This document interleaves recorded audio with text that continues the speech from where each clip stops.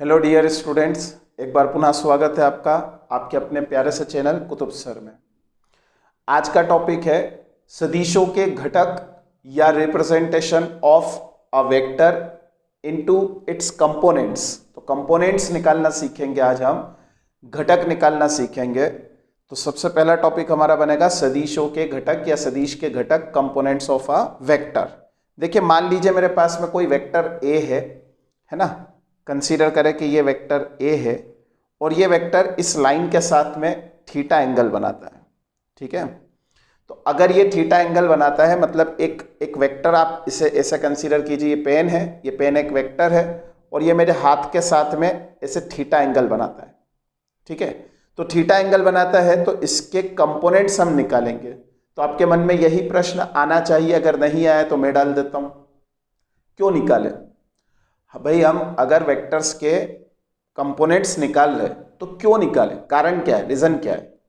तो ध्यान से देखिए, एक बेसिक रीजन तो ये है ना कि भाई अगर नहीं निकालेंगे तो एग्जाम में अगर आ गया तो क्या करेंगे। तो ये तो छोटा सा रीजन है, लेकिन मैं आपको इसका ओरिजिनल रीजन बताता हूं। सही रीजन क्या है, इसका कारण क्या है, क्यों निकाल रहे हम। कि ये अगर मान लीजिए मेरे पास में एक रस्सी है और यहां से एक ऑब्जेक्ट बंधा हुआ है, ठीक है, और मैं इस रस्सी को पकड़ के ऐसे खींच रहा हूं, तो जब खींचूंगा तो एक फोर्स लगेगा ऊपर की तरफ।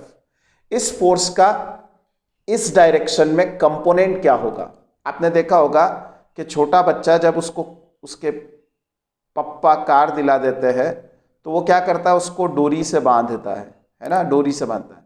अब डोरी से बांधकर इस दिशा में खींच रहा है ना, कार तो इस दिशा में खींची जा रही है, लेकिन कार चलती किस दिशा में है, इस दिशा में। तो इसका मतलब ये जो फोर्स लगा, इस फोर्स का इस डायरेक्शन में कोई कंपोनेंट लगा ना, कोई असर आया ना। देखो, फोर्स किस डायरेक्शन में लगाया, ऊपर की तरफ। बच्चे ने ऊपर की तरफ फोर्स लगाया रस्सी से या डोरी से, है ना। लेकिन कार किस दिशा में चल रही है, कार किस डायरेक्शन में चल रही है, हॉरिजॉन्टल, क्षितिज में, सड़क पर, सीधी सड़क पर क्षितिज में चल रही है। तो इसका मतलब इस फोर्स का इंपैक्ट क्षितिज में आया, हॉरिजॉन्टल आया। ठीक है, बात समझ में आ गई। बस इसी इंपैक्ट को जानने के लिए, इसी इंपैक्ट को पहचानने के लिए हम ये देख रहे हैं कि सदिश के घटक क्या होते हैं। समझ में आई बात।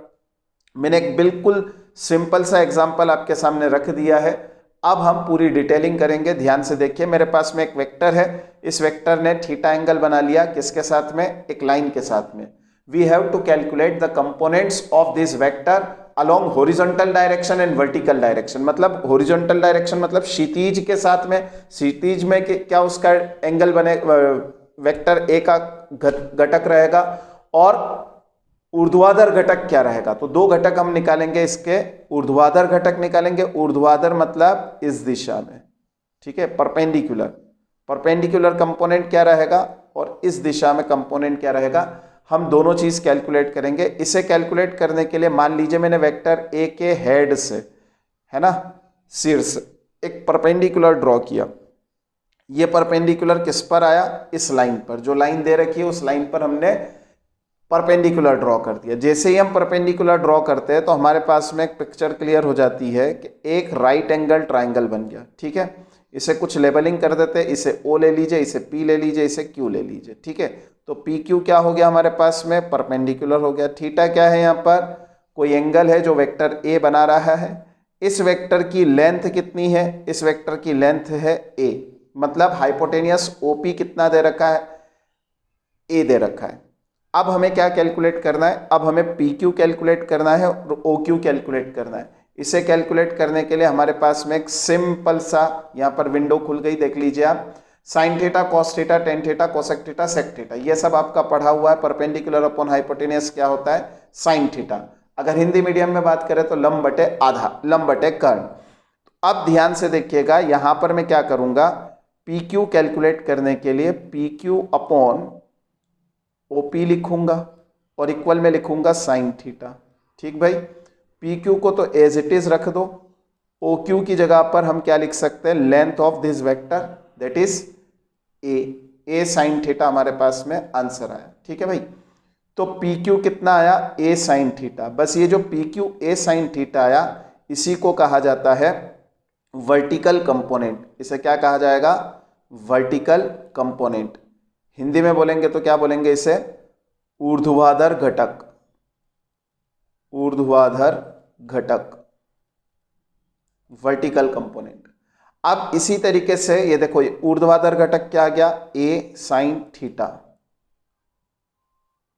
और इसका हॉरिजॉन्टल घटक यानी अलोंग द लाइन क्या रहेगा? ये देखो लाइन के, ये कोई लाइन थी, ये लाइन थी, ये वेक्टर था, ये लाइन थी। लाइन के परपेंडिकुलर डायरेक्शन में यानी लाइन के लंबवत घटक कौन सा आया? ए साइन थीटा। अब हम चाहते हैं ओ क्यू कैलकुलेट करना, तो ओ क्यू क्या बन जाएगा? देखिए बेस बनेगा, है ना। तो बेस अपॉन हाइपोटेनियस मतलब आधार बटे कर्ण कॉस थीटा होता है। यहां से लिखेंगे हम O Q divided by OP is equal to cos theta. से यस और नो, है ना। OP की जगह पर लिखेंगे A, तो A को इधर मल्टीप्लाई कर दीजिए, OQ is equal to A cos theta. ये हमारा कौन सा कंपोनेंट बना? ये कंपोनेंट बना हमारा क्षितिज घटक या हॉरिजॉन्टल कंपोनेंट। ये हॉरिजॉन्टल कंपोनेंट आ गया या क्षितिज घटक।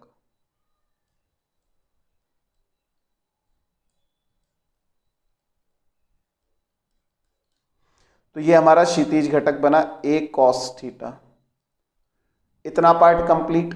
अब ये ए साइन थीटा ए कॉस थीटा आ जाने के बाद अगर आपसे कोई कहे कि वेक्टर को उसके कंपोनेंट्स में रिप्रेजेंट करो, है ना, representation of a vector into its component या सदिश का घटकों में निरूपण, तो मैं इसको दो पार्ट में पढ़ाऊंगा। पहले हम पढ़ेंगे प्लेन के लिए, मतलब अगर आपका मोशन, ये एक्चुअल में हम क्यों पढ़ रहे हैं, सदिश कहां पर अप्लाई करेंगे भाई? सदिश हम मैकेनिक्स में अप्लाई करेंगे, सदिश हम काइनेमेटिक्स में अप्लाई करेंगे, सदिश हम कहां पर? जब हम मोशन की स्टडी करेंगे, स्ट्रेट लाइन मोशन की स्टडी करेंगे, प्लेन में मोशन की स्टडी करेंगे, 3D में मोशन की स्टडी करेंगे, तब हम ये देखेंगे कि सदिशों का यूज करेंगे, है ना, representation of vector into its component. इसकी जरूरत आपको उस वक्त पड़ेगी। फिलहाल हम सीखते हैं कि किसी वेक्टर को हम कैसे रिप्रेजेंट कर सकते, मतलब उसके घटकों में कैसे लिखा जा सकता है। तो सबसे पहले मैंने देखिए यहां पर एक 2D डायग्राम आ गया आपके सामने, एक्स एक्सिस और वाई एक्सिस। एक वेक्टर ए है जो एक्स एक्सिस के साथ थीटा एंगल बनाता है। ध्यान से देखिएगा, इसके हम कंपोनेंट्स निकालने की कोशिश करेंगे। इसके कंपोनेंट्स क्या क्या निकलेंगे, ध्यान से देखिए। सबसे पहला कंपोनेंट निकलेगा ए कॉस थीटा जो इस डायरेक्शन में होगा, सही है। दूसरा कंपोनेंट निकलेगा इधर ए साइन थीटा जो इस डायरेक्शन में होगा, ठीक है। एक हॉरिजॉन्टल कंपोनेंट निकलेगा, एक वर्टिकल कंपोनेंट निकलेगा। जो हॉरिजॉन्टल कंपोनेंट निकलेगा ए कॉस थीटा, क्या हम ध्यान से देखिएगा, हमने ये नहीं पढ़ा था कि आई कैप जो होता है वो यूनिट वेक्टर होता है along x axis, positive x अक्ष की दिशा में इकाई सदिश।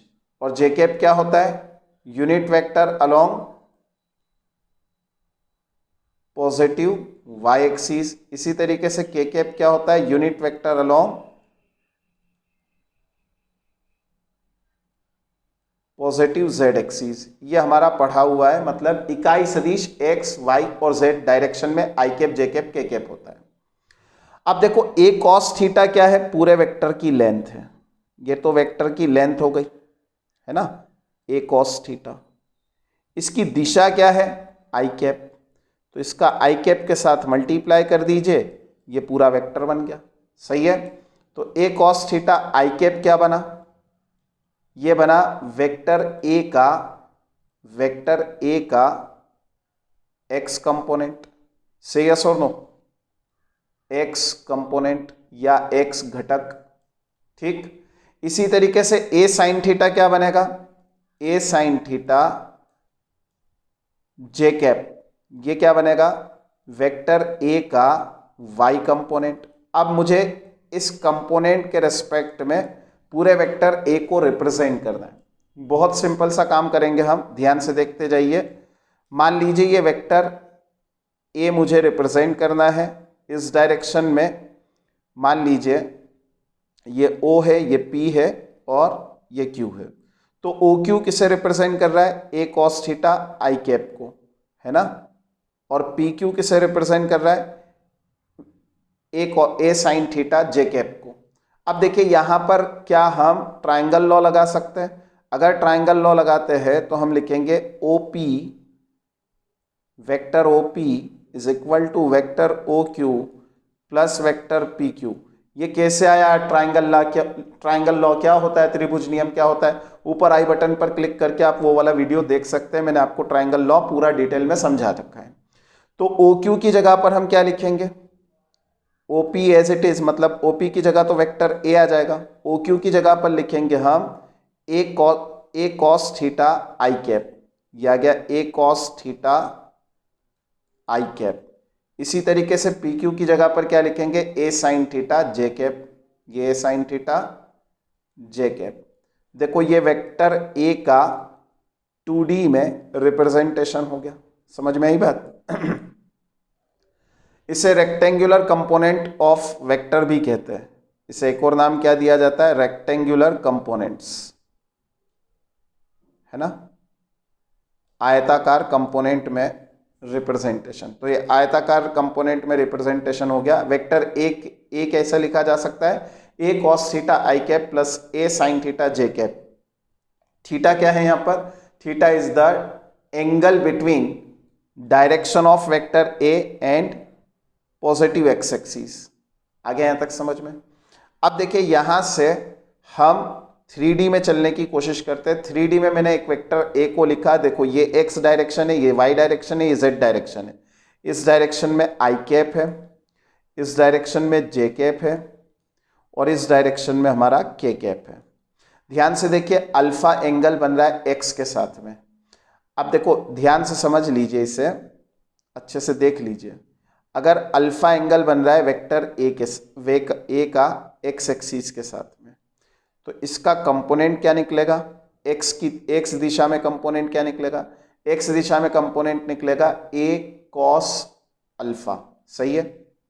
इसको लिखेंगे हम i कैप, ये x दिशा में कंपोनेंट निकला। इसी तरीके से y डायरेक्शन में कंपोनेंट क्या निकलेगा?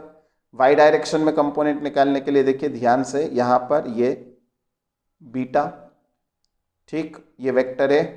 y डायरेक्शन में कंपोनेंट, y डायरेक्शन में कंपोनेंट निकलेगा A cos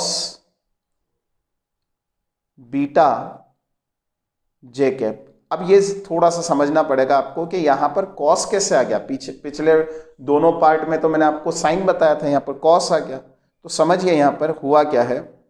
ये एक मेरे पास में इस तरह का ट्राइंगल है, ध्यान से समझिएगा। ये A है, ये राइट एंगल है और ये एंगल मेरे पास में बीटा बन रहा है, ठीक है। तो बीटा के लिए बेस क्या होगा? ये होगा ना बेस, ये बेस हो जाएगा। जो y कंपोनेंट है वो बेस बन जाएगा। तो अब मैं क्या लिखूंगा? y upon a is equal to cos theta. समझ में आया? तो y कंपोनेंट क्या बना? a cos theta. समझ आया? थीटा की जगह पर यहाँ बीटा है तो बीटा लिखे, बीटा बनेगा। समझ आया? तो कुल मिलाकर यहाँ पर जितने भी मैंने एंगल लिए हैं अलग अलग है, यहाँ अल्फा है, यहाँ बीटा है। इसी तरीके से हम क्या करेंगे? इसका z कंपोनेंट निकालेंगे। निकाले z कंपोनेंट।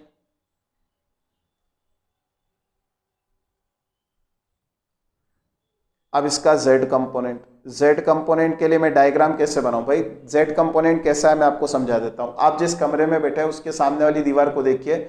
सामने वाली दीवार में जो नीचे की तरफ एज जा रही है, लेफ्ट टू राइट, नीचे बॉटम पार्ट को देखिए, लेफ्ट टू राइट जो जा रही है वो x है। लेफ्ट हैंड के कॉर्नर से ऊपर की तरफ जो एज जा रही है उसको क्या मानेंगे आप? y। और उसी कॉर्नर से, लेफ्ट हैंड के कॉर्नर से जो पीछे की तरफ आ रही है, आपकी तरफ पीछे की तरफ आ रही है, उसे आप क्या मानेंगे? z। अब आप समझ लीजिए कि हवा में ऐसा है ना, 3D डायग्राम है, आप समझिए।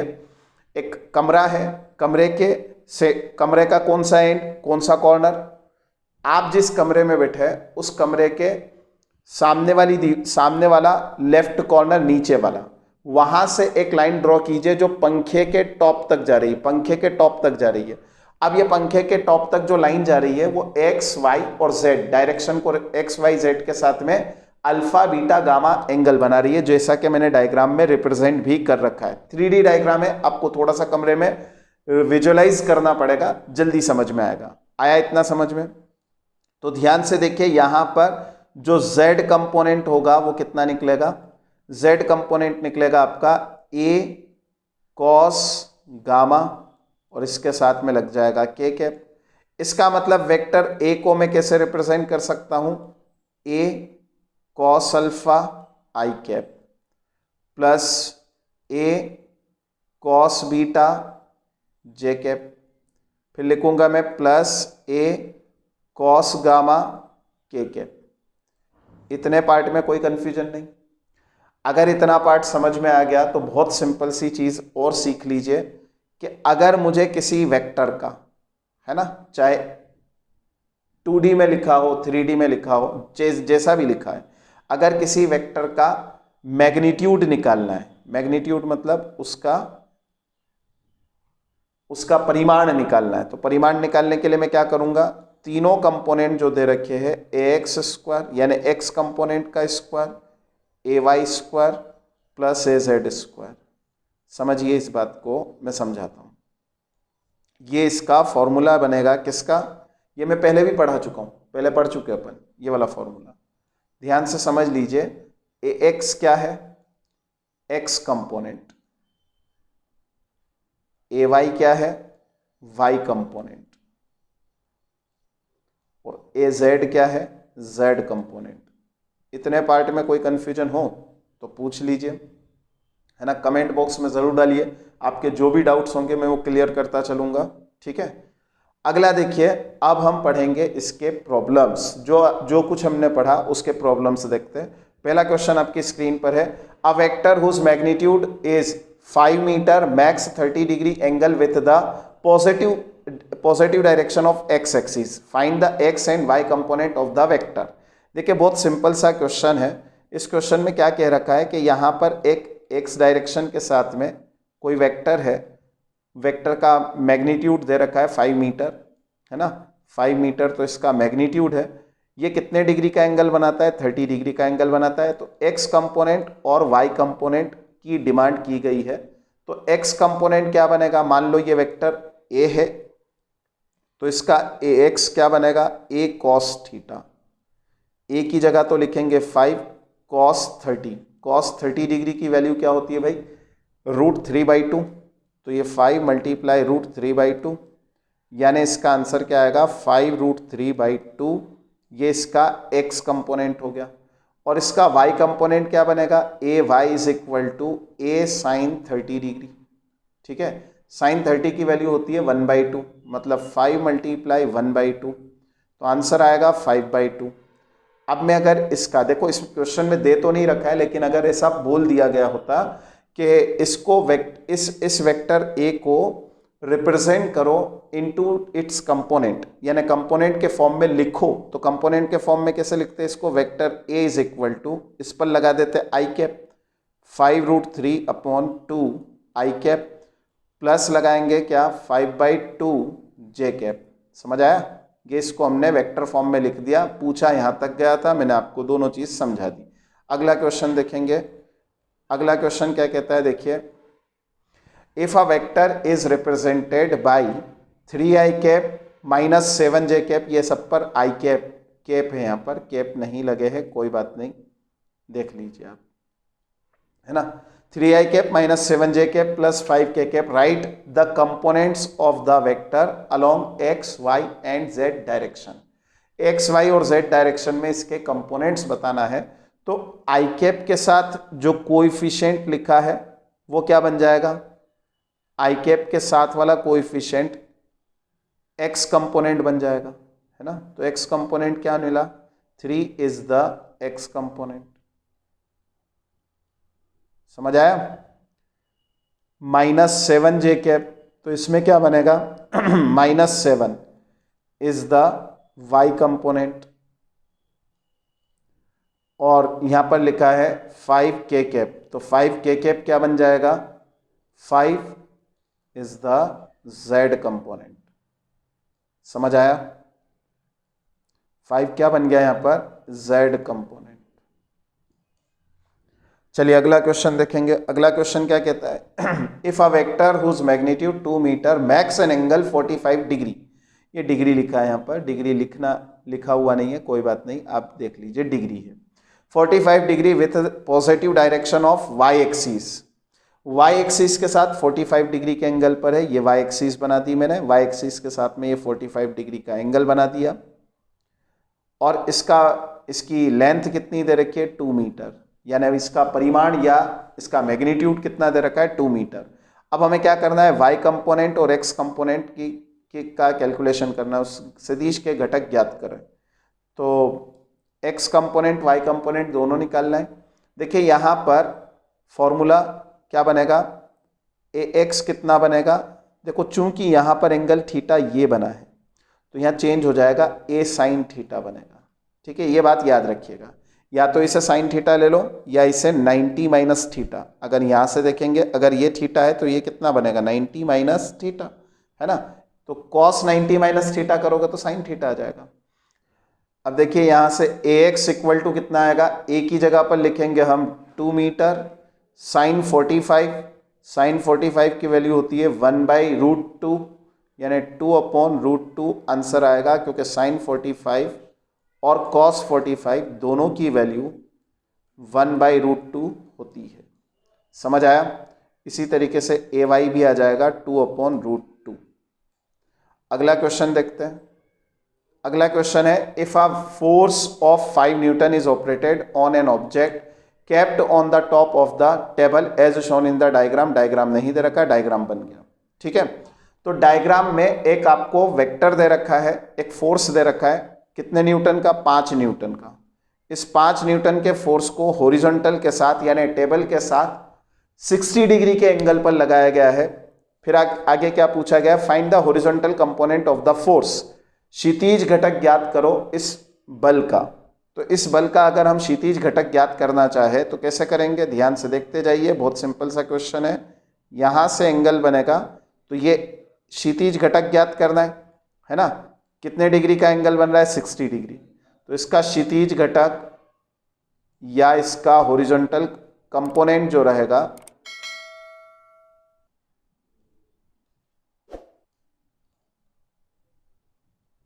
वो निकलेगा a cos 60 डिग्री। सही है, a मतलब फोर्स, आप a की जगह चाहे तो f लिख सकते हैं, कोई दिक्कत नहीं है। f की जगह पर क्या लिखेंगे 5, और cos 60 की वैल्यू आ जाएगी 1/2, मतलब 2.5 न्यूटन का फोर्स लगेगा। देखो बच्चे ने कितना फोर्स लगाया, मैंने एक एग्जांपल दिया था, रिकॉल करो आज ही। बच्चे ने कितना फोर्स लगाया, 5 न्यूटन का फोर्स लगाया 60 डिग्री के एंगल पर टेबल पर रखे हुए ऑब्जेक्ट पर। लेकिन ऑब्जेक्ट कितने फोर्स से डिस्प्लेस होगा या कितने फोर्स से आगे बढ़ेगा, 2.5 न्यूटन के फोर्स से आगे बढ़ेगा। Now this is the time for quiz. ये कुछ क्विज है, मैं आंसर नहीं दूंगा, आपको इन क्विज के आंसर कमेंट बॉक्स में डालना है। देख लीजिए क्वेश्चन, पहला क्वेश्चन आपकी स्क्रीन पर है।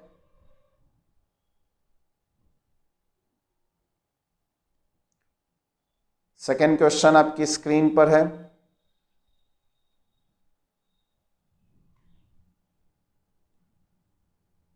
Now third question,